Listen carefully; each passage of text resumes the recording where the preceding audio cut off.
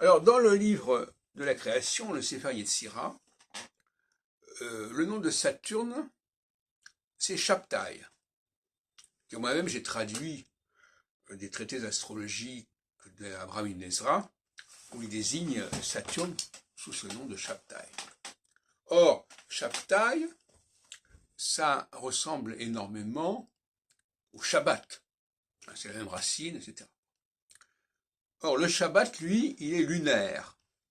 En principe, il est lunaire. C'est-à-dire, le fait de faire des réunions hebdomadaires, ça ne peut s'expliquer que d'un point de vue lunaire. Et solilunaire, si on préfère. Tout comme d'ailleurs le début du mois. Et en fin de compte, ça n'est pas le cas, on ne fait pas le Shabbat à ce moment-là.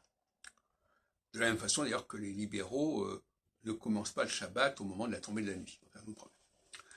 Et donc, quelque part, le Shabbat, le vrai Shabbat, c'est pas le Shabbat hebdomadaire, qui est d'ailleurs célébré dans le Décalogue, c'est le Shabbat saturnien, qu'on retrouve aussi par certains côtés l'importance de 7 x 7, 49, 50, etc.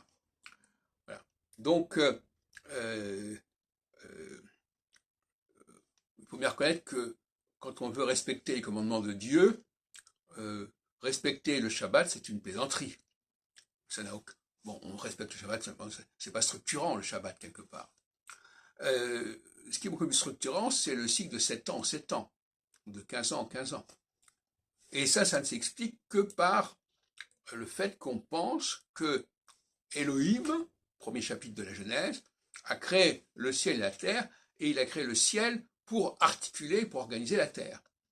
Donc le ciel, c'est Saturne en l'occurrence, et donc Saturne a une fonction d'organisation, de structuration de notre humanité, qui se situe à un tout autre niveau que le simple fait de célébrer le Shabbat. C'est sérieux.